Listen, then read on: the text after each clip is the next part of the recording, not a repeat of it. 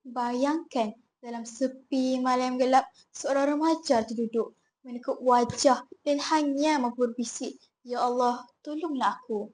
Assalamualaikum warahmatullahi wabarakatuh. Dan salam sejahtera.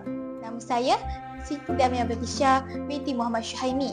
Saya merupakan pelajar SMK Bandar Baru Darul Aman. Kod sekolah saya ialah KEA 4066.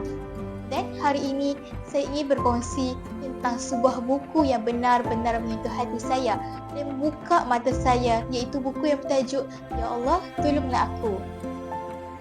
Kita semua pernah diuji, tetapi sejauh mana kita mencari Tuhan saat kita hilang arah? Buku yang saya pilih bukan sekadar cerita, tetapi cermin yang memantulkan realiti hidup remaja masa kini. Ya Allah, Tolonglah Aku, karya tim Majadah Wajadah, membuka mata saya bahawa ujian itu bukan penamat. Ia adalah jalan pulang kepadanya. Buku ini diterbitkan oleh Hamari Publishing.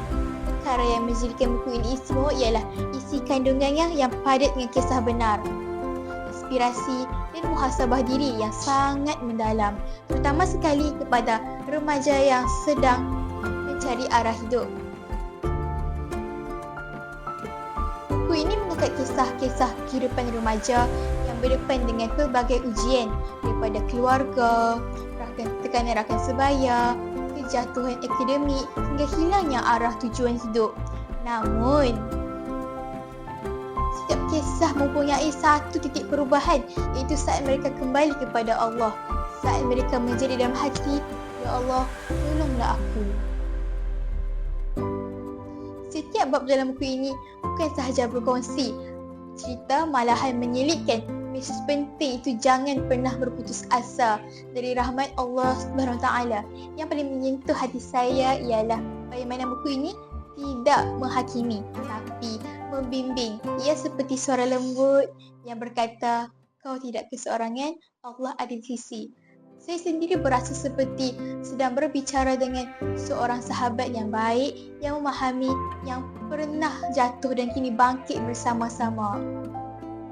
Buku ini sangat sesuai dibaca oleh pelajar sekolah menengah, terutamanya sekali kepada yang sedang berasa kehilangan dalam kehidupan.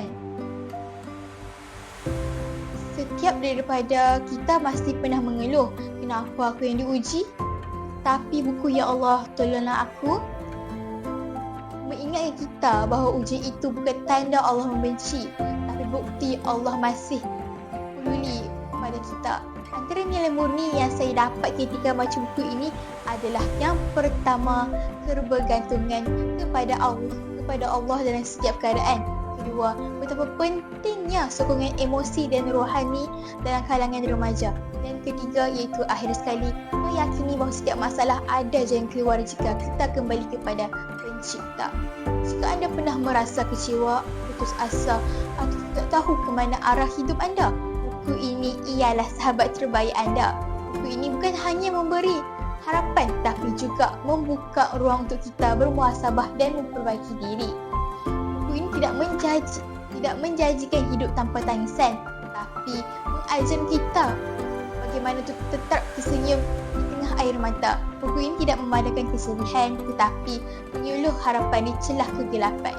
Dalam dunia yang makin bising ini, kita perlukan ruang untuk berdialog dengan hati. Dan buku ini buka ruang itu.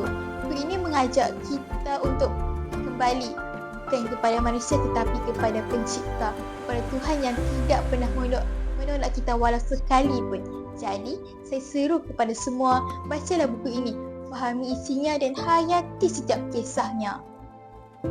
Akhir kata, andai suatu hari nanti telangkah terasa berat, jiwa terasa gelap dan dunia terasa sempit, ingatlah kita masih boleh berdoa, "Ya Allah, tolonglah aku."